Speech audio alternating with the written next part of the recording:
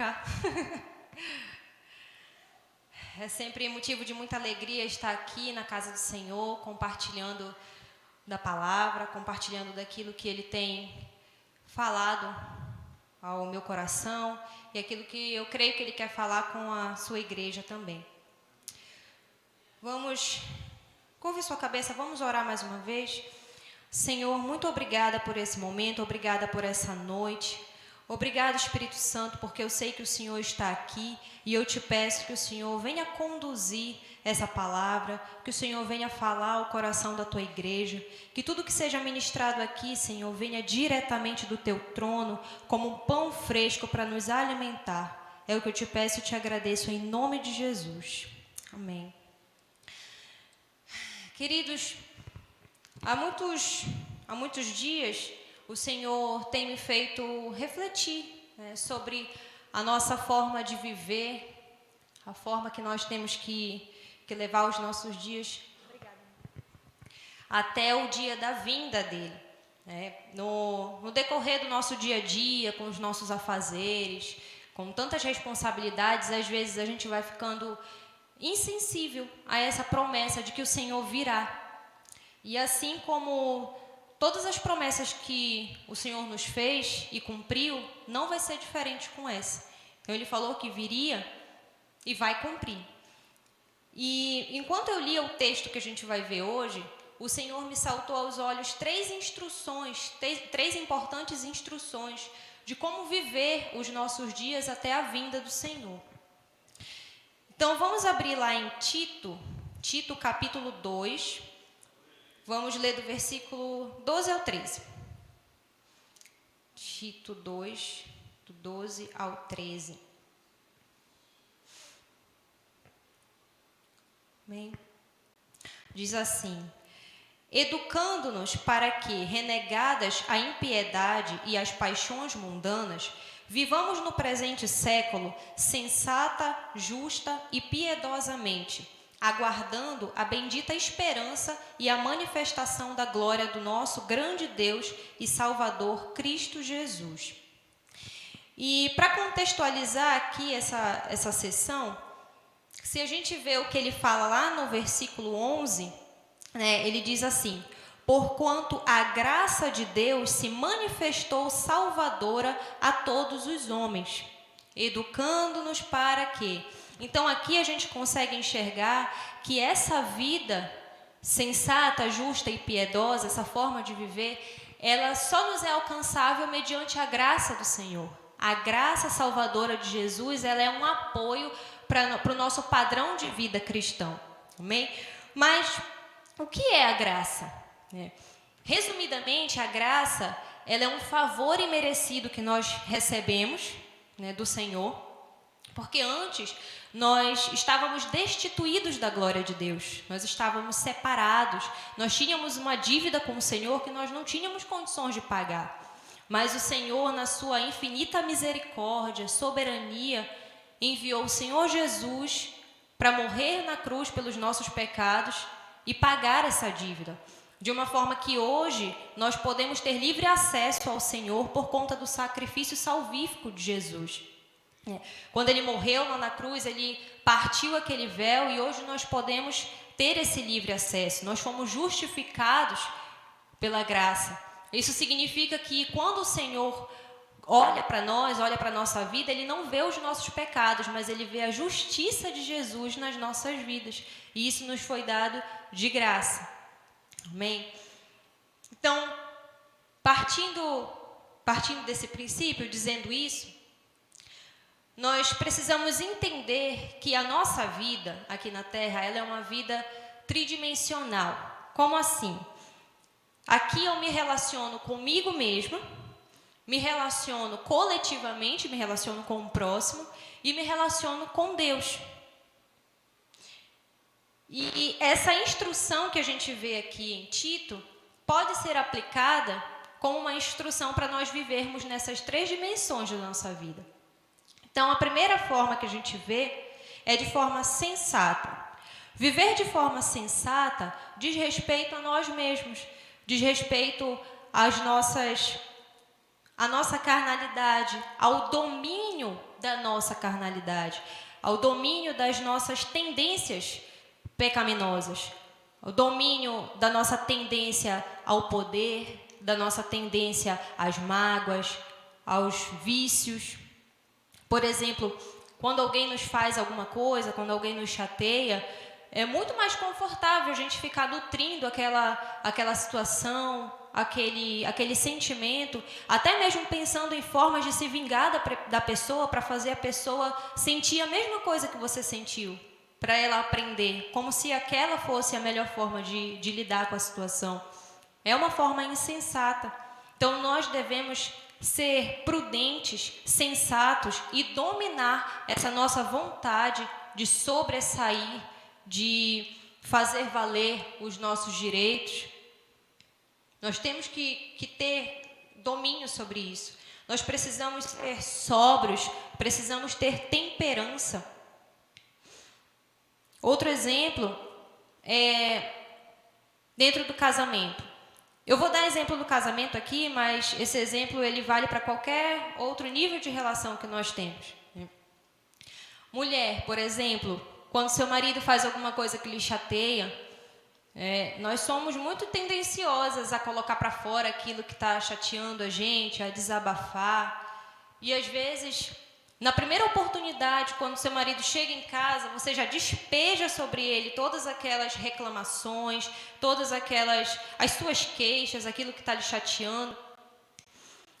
E a chance de você resolver aquela situação é praticamente nula, porque ele vai fechar os ouvidos dele para você. E das duas, uma, ou ele vai revidar tudo aquilo, ou ele não vai fazer nada e você vai achar que ele prestou atenção no que você falou, mas na primeira oportunidade ele vai agir da mesma forma e vocês vão ficar naquele ciclo de briga, de discussão e nada vai se resolver de forma insensata. Então, seja uma pessoa com temperança, seja prudente, seja sóbria, pense antes de você agir. O certo seria esperar a poeira baixar, as emoções se acalmarem, e aí, num tempo oportuno, você chega com ele e fala: amor, sabe naquele dia que aconteceu tal coisa, que você fez tal coisa, assim, eu não gostei, porque eu já tinha falado, porque eu já tinha lhe avisado, pareceu que você não prestou atenção no que eu disse. E aí a probabilidade de vocês resolverem a situação é muito maior, porque ele vai ver que você está construindo um diálogo com ele, você não está o atacando, então ele não vai ver a necessidade de se defender de você. Então seja sensato, seja sensata. Nós vemos na palavra de Deus uma valorização muito grande para a sensatez. No livro de Provérbios, uma das coisas que a gente mais aprende é sobre prudência, é sobre temperança. Olha o que diz lá em Provérbios 3, de 21 a 25. Provérbios capítulo 3, de 21 a 25.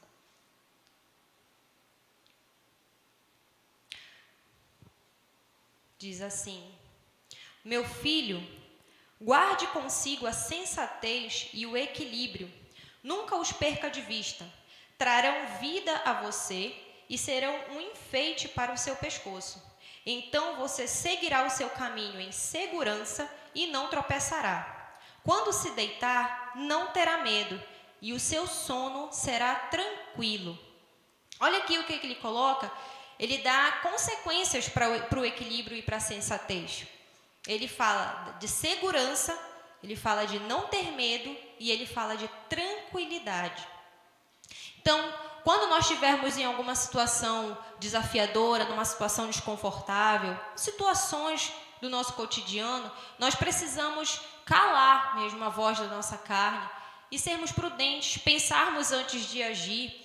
A sensatez, queridos, ela nos guarda de muitos males, a ser uma pessoa prudente. E não só isso, ser uma pessoa sensata é servir de exemplo. Você dá bom testemunho quando você é sensato. As pessoas vão olhar para a sua vida e vão ver: nossa, eu queria ser como o fulano. Olha essa situação, olha como é que ele levou essa situação. Ele foi sensato, ele foi prudente, ele teve temperança. Então, nós precisamos nutrir e ir atrás disso na nossa vida, como cristãos. A segunda forma que a gente vê é de forma justa. De forma justa, diz respeito ao nosso compromisso com o próximo, ao nosso compromisso com a coletividade, o meu relacionamento com o outro, com quem está ao meu redor. Nós devemos agir de forma digna, de forma honesta.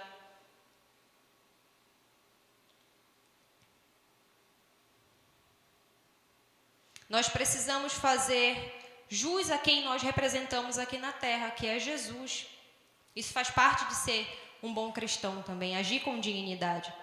Esses dias eu fui numa papelaria, que lá na escolinha do Conrado eles pediram uma pasta para colocar as atividades deles, aí eu fui atrás dessa pasta. E aí eu entrei lá na papelaria, olhei um monte de coisa, que eu fico doida com papelaria, gente. Eu adoro coisa de caneta, caderno, essas coisas. Aí dei uma olhada lá, achei a pasta e eu comprei uns marca-textos também, que tudo que eu leio eu gosto de grifar. E aí, na hora de passar no caixa, um rapazinho, estava só ele lá, era um rapazinho bem novo, me cobrou e eu vi que ele tinha colocado o valor errado lá na maquininha. E aí eu falei, mas qual é o valor da pasta? Aí ele falou, é tanto. E os marca-textos? É tanto. Aí eu falei, você me cobrou só pela pasta e um marca-texto, eu estou levando 2. Aí ele ficou todo sem graça e falou, é verdade, é minha cabeça, né? Deixa eu corrigir aqui. E aí ele corrigiu e eu passei o valor correto. Era uma diferença pouca, queridos, mas para o Senhor não existe honestidade em valores. Você tem que ser honesto no pouco e tem que ser honesto no muito também. Aí você pode dizer, Isadora, mas quem não é crente também pode ser honesto, né? De fato, tem pessoas que não seguem a Jesus e são honestas também, são corretas nas suas coisas. Mas um crente não pode ser desonesto. A gente pode achar quem não é crente honesto, mas não seria correto um crente ser desonesto. A integridade, ela é uma das evidências do seu caminhar em arrependimento, do seu nascer de novo. A integridade faz parte do Filho de Deus. Amém? E a terceira forma que a gente vê aqui no versículo é de forma piedosa. E essa forma é a que eu quero mais frisar aqui com vocês nessa noite, que diz respeito à nossa vida com Deus. Quando nós ouvimos a palavra piedade, né, ser piedoso, a gente pensa logo em pena ou em compaixão, numa pessoa que serve. Tem um lado da compaixão, claro, mas o que eu quero ver com vocês hoje é o outro lado, que é a vida de devoção ao Senhor. Você ter uma vida piedosa é você ter uma vida dedicada ao Senhor. Em outras versões está escrito, vivermos nesse mundo uma vida prudente, correta e dedicada a Deus. Mas o que seria ser dedicado ao Senhor, né? Tem gente que vive dedicado aos estudos, tem gente que vive dedicado ao trabalho, aos filhos. O significado da palavra dedicação é qualidade ou condição de quem se dedica a alguém ou algo, devotamento, entrega, sacrifício. Então, viver uma vida piedosa é viver uma vida, usar todos os meus esforços para louvar ao Senhor da forma devida, da forma que Ele merece, com reverência, com zelo e não de qualquer forma. Nutrir uma vida com o Senhor. E a gente pode achar que viver essa vida piedosa é muito difícil, porque o nosso dia a dia, às vezes, é corrido, nós temos muitas responsabilidades. E, às vezes, o tempo que sobra para o Senhor é pouco. Mas nós devemos buscar por isso, porque viver uma vida piedosa, querido, ela nos demanda sacrifício, ela nos demanda esforço. Porque a piedade, essa devoção a Deus da forma como Ele merece, ela vai contra o nosso velho homem. A nossa carne, ela não gosta de buscar ao Senhor. A nossa carne quer se distrair com coisas que estão no mundo. A nossa carne quer fazer qualquer outra coisa, menos buscar a Deus. Então vai nos demandar esforço, uma vida piedosa. E aí eu quero ver com vocês alguns passos de como viver essa vida piedosa na prática. O primeiro passo é a leitura da Bíblia. Ah, Isadora, tu vai dizer que eu tenho que ler a Bíblia? Sim, nós temos que ler a Bíblia. Nós precisamos entender o valor que as Escrituras têm. A palavra de Deus, ela é suficiente, ela é divina, ela é vital para nós. Ela é o nosso guia diário de como viver os nossos dias. Vamos ver lá o que a Escritura fala sobre ela mesma. Vamos abrir lá em 2 Timóteo 3,16. Um versículo bem conhecido por nós. 2 Timóteo 3,16.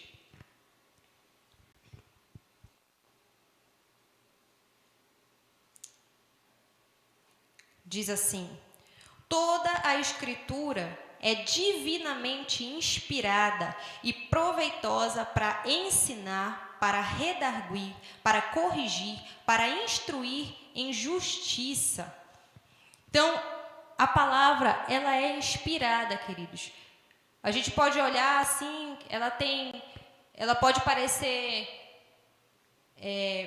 finita, porque tem uma primeira página e uma última página, mas o conteúdo dela é poderoso, porque vem diretamente do céu. São as palavras do Senhor aqui para nós. Vamos ver o que está escrito em Deuteronômio 32:47. Vamos conhecer mais sobre a palavra. Deuteronômio 32:47. Diz: porque esta palavra não vos é vã, antes é a vossa vida. E por esta mesma palavra prolongareis os dias na terra, a qual passando o Jordão ides a possuir. Então essa palavra, ela é a nossa vida. E Hebreus 4:12, versículo bem conhecido por nós também. Hebreus 4:12. Porque a palavra de Deus é viva e eficaz, e mais cortante do que qualquer espada de 2 gumes, e penetra até o ponto de dividir alma e espírito, juntas e medulas, e é apta para discernir os pensamentos e propósitos do coração. Eu acho que todo mundo já passou por isso, né? Da gente ler um versículo que é muito conhecido, que a gente já leu várias vezes, mas aí o Senhor vai e sempre nos revela alguma coisa nova. Mesmo que a gente já tenha lido aquele versículo, aquele capítulo, mais de uma vez.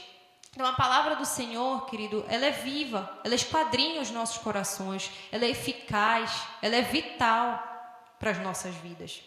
Amém? E eu fico pensando assim, querido, que não seria certo um crente se conformar em passar um dia sem ler a palavra de Deus. Porque eu fico pensando, como é que funciona? Todos os nossos direcionamentos, todas as revelações que eu preciso para a minha vida, está aqui. Ela é o alimento para a minha alma. Então, como eu posso passar um dia ou uma semana sem ler a Bíblia? A nossa alma, ela é seca. A nossa alma, ela necessita de algo de fora para ser alimentada. E você concorda que se você não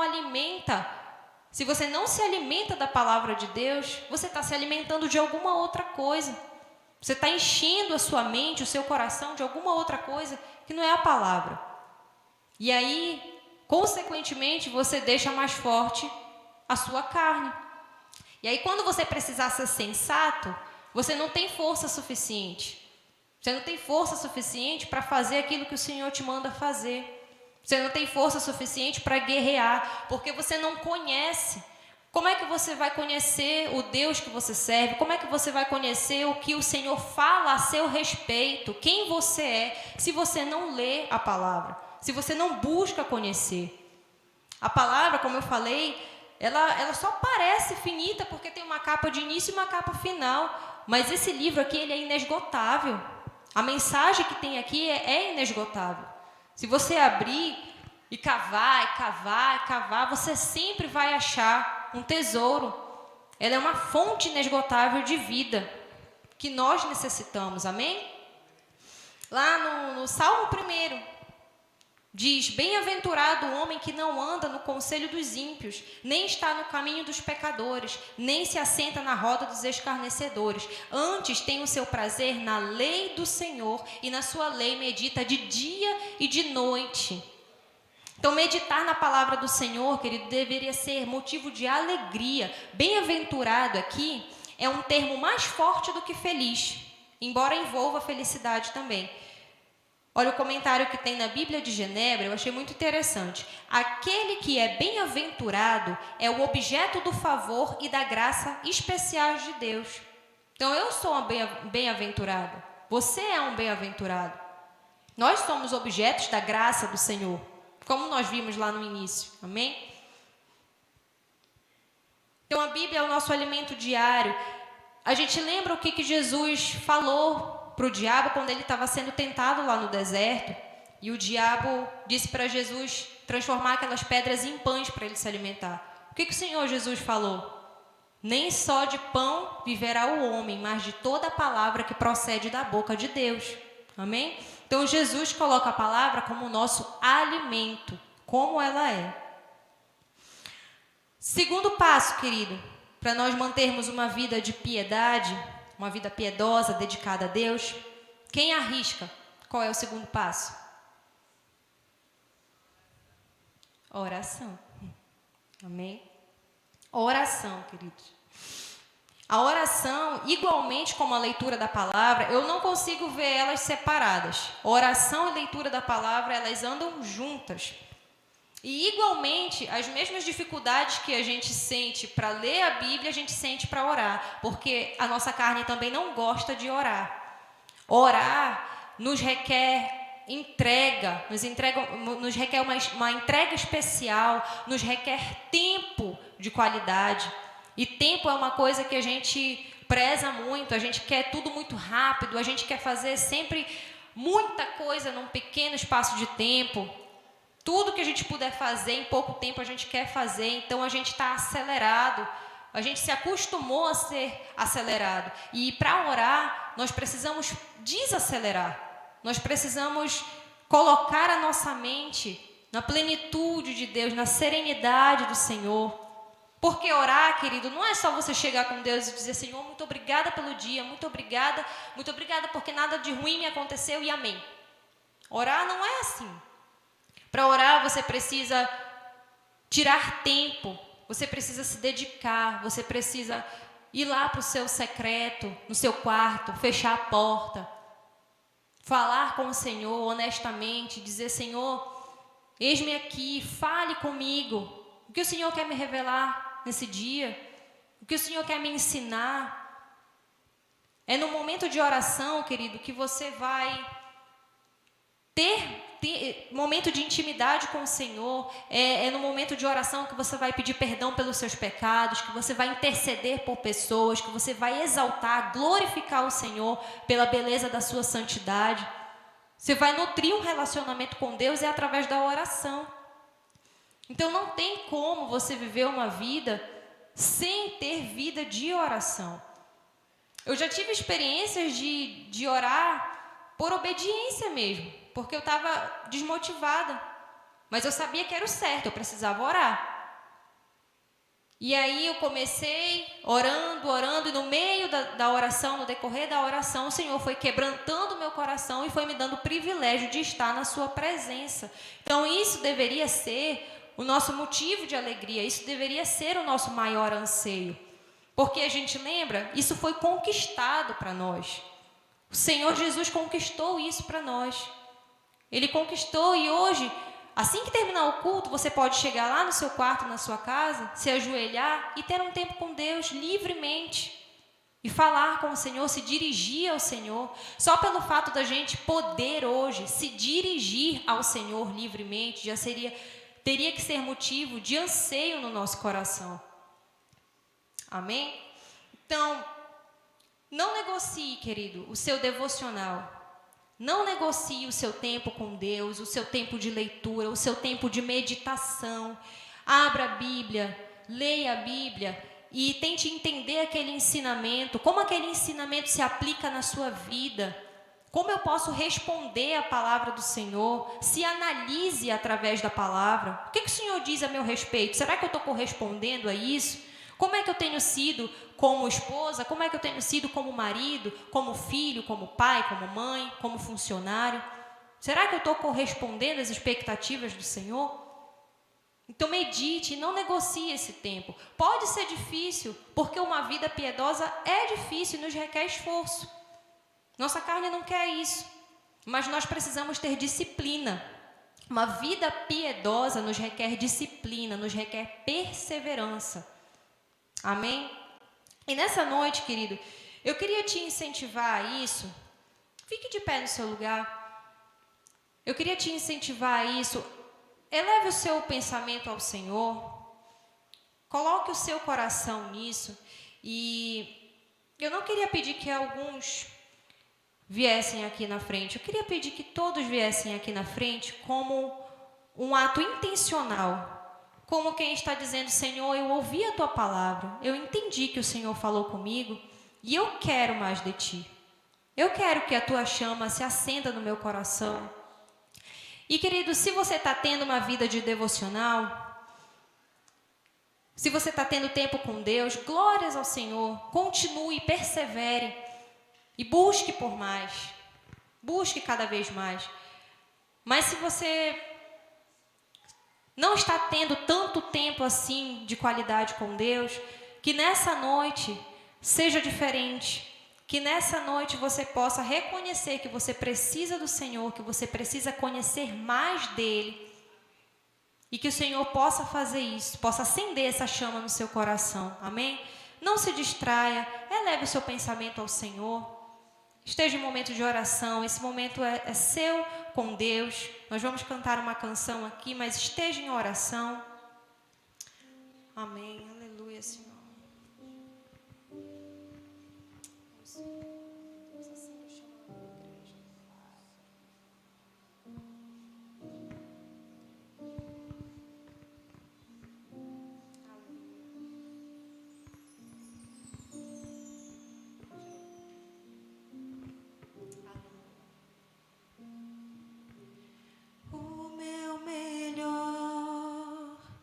Quero te dar, me derramar aos seus pés, ser tua imagem e semelhança é o desejo do meu coração.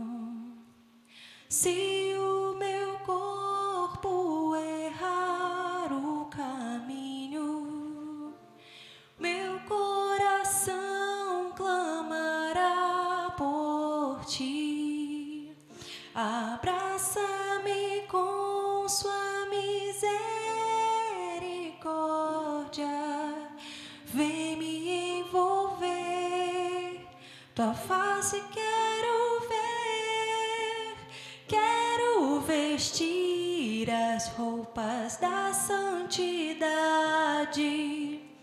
e mergulhar no Santo dos Santos. Tenho sede de Deus, eu quero conhecer, eu quero exalar mais de Deus.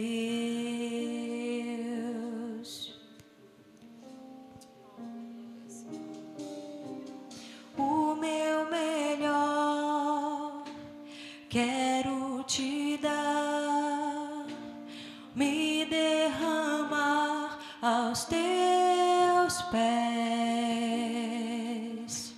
ser tua imagem e semelhança é o desejo do meu coração.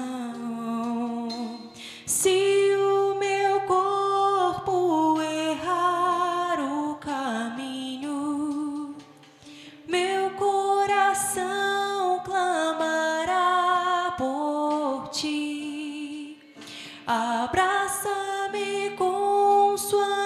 misericórdia,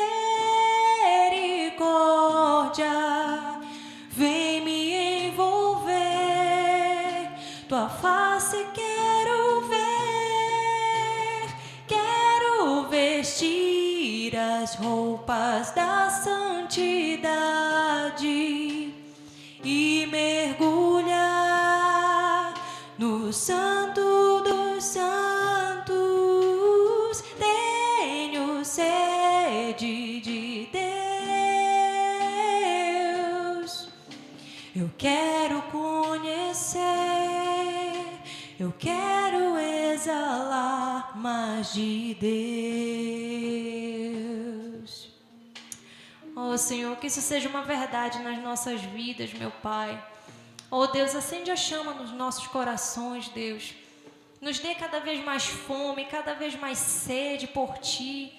Anseio por Te buscar. Amor, meu Deus, pela Tua palavra. Oh, Senhor, como nós necessitamos da Tua palavra, meu Deus. Como nós somos necessitados da Tua presença. Somos necessitados da Tua graça, Senhor. Somos necessitados daquilo que o Senhor nos dá, Deus. Oh, meu Pai, se hoje nós podemos orar, Deus, se hoje nós podemos nos achegar ao Senhor, foi porque o Senhor conquistou isso por nós. Muito obrigada, Senhor Jesus, pelo Teu sacrifício. Nós cremos no Senhor, cremos na Tua obra salvadora. E nós queremos, Senhor, viver uma vida de arrependimento, viver uma vida de Te buscar cada vez mais, dia após dia, que nós não nos acostumemos, Pai, com a superficialidade, mas que a gente Te busque todos os dias.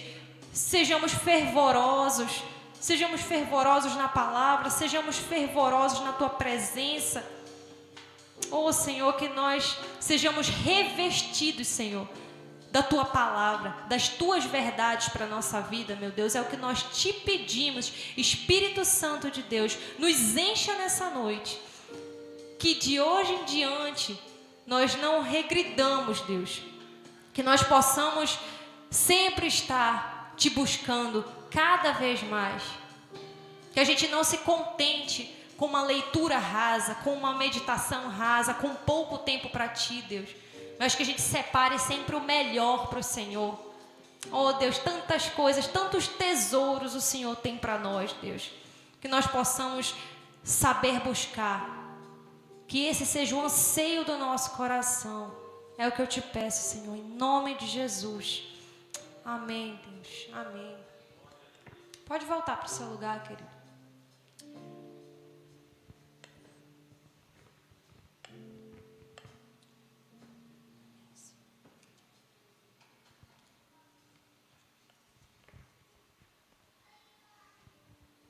Vamos ficar em pé. Senhor Deus, obrigado, Pai, pela Tua palavra, viva e eficaz sobre cada um de nós cremos, e vem, eu Te peço, transformando as nossas atitudes, as nossas maneiras de viver, Pai, de priorizar o que não tem razão nenhuma. Senhor Deus, assim muitas vezes nós vivemos, Pai, mas transforma a nossa vida, que nós venhamos a priorizar o Senhor, amar a Deus sobre todas as coisas, acima de qualquer coisa, está o Senhor em nossas vidas, Pai. Te peço, meu Deus, nos abençoa no restante desse dia, nos dirige, Pai, conforme a Tua vontade, nos leva para as nossas casas, Senhor Deus, ou para trabalho, ou para onde nós formos, Senhor Deus, debaixo da Tua segurança, Senhor Deus, em o nome de Jesus. Amém, amém e amém.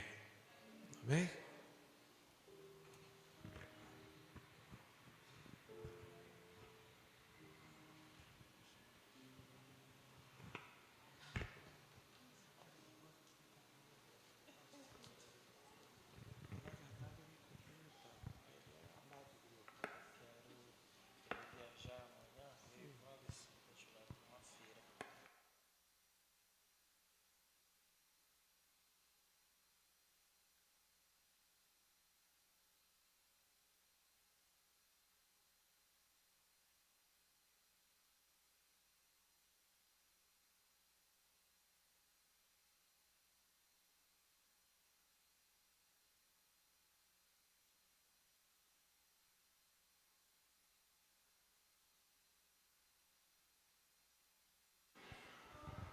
Tem alguém que vai viajar amanhã, tem alguém que vai fazer, fora o Wanderson e o... Eu quero orar, se tiver alguém que vai fazer alguma viagem para o exterior. Então vem aqui, eu quero orar por você.